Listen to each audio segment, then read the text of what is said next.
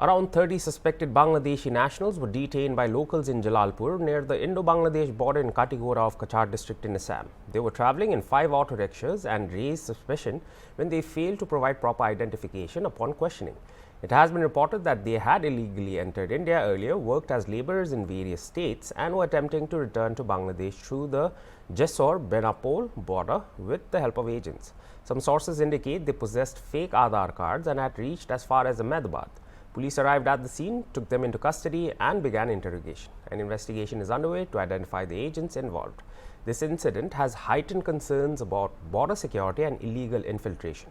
Police and BSF have intensified surveillance and legal action, including possible deportation, is being taken against the detainees. Ekramul কোন জায়গার বাসা? জানি না। কত টাকা তাও বলতে পারি না। বলতে পারো নাই? তোমার মেইন ভাষা কই? গুজরাট। হ্যাঁ, গুজরাট। গুজরাট কই পাইতে? গুজরাটের প্রেসিডেন্ট কে? সিএম কে? প্রধানমন্ত্রী কে? মুখ্যমন্ত্রী কে? শেহজাদ খান। হ্যাঁ, গুজরাটের। হ্যাঁ। গুজরাটের মধ্যে আমরা যেখানে থাকি ওখান আদি বাড়িটা কই কোন না? আশা কোন জায়গা? কই? রোহিঙ্গা, মায়ানমার। মায়ানমার।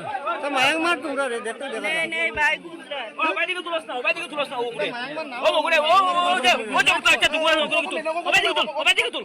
ইনো তুলতে না বাইদিকে তুল।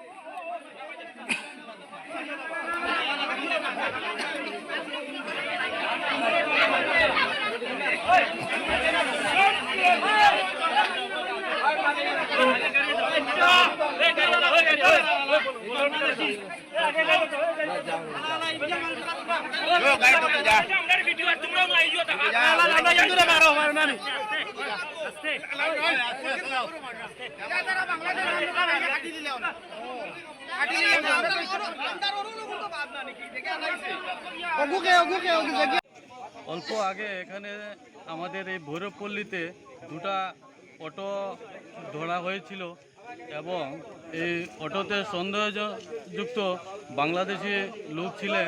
আমাদের সীমান্ত অঞ্চল দিয়ে বাংলাদেশে পার হওয়ার জন্য ওনারা এদিকে যাওয়ার পথে ছিলেন। এখানে স্থানীয় একজন যুবকের সন্দেহ হয় এবং ওনারা এখানে ওনাদেরকে আটক করে জিজ্ঞাসাবাদ করেন। তারপর দেখা যায় যে ওনারা বাংলাদেশ যাওয়ার পথে ছিলেন। তারপর আমার কাছেও ফোন যায়, আমি সঙ্গে সঙ্গে আমাদের গুমরার পিআইসি ইনচার্জ পঞ্চবল্লভ বড়ুয়ার সঙ্গে ফোনে বার্তালাপ করি। তারপর উনি এখানে দলবল নিয়ে ছুটে আসেন এবং আসার পর ওনারা সঙ্গে সঙ্গেই এখানে যারা আমাদের এখান থেকে বাংলাদেশ পাচারের পথে যাত্রীরা ছিলেন ওনাদেরকে করায়ত্ত করে ওনারা পুলিশ ইনভেস্টিগেশনে ওনারা নিয়ে যায়।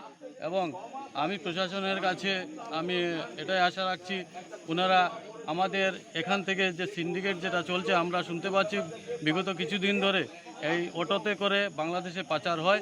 তো আমি চাইব যে অতি সত্বর এখানে সিন্ডিকেটের যারা মূল পান্ডারা রয়েছেন ওদেরকে যাতে চিহ্নিত করে প্রশাসনের আওতায় এনে ওনাদেরকে জিজ্ঞাসাবাদ করা হয়। আমার জানা মতে এখানে আমাদের দুটা অটোতে কমসে কম 15 জন 16 জন বাচ্চা বৃদ্ধ বালিকা মিলিয়ে হবে।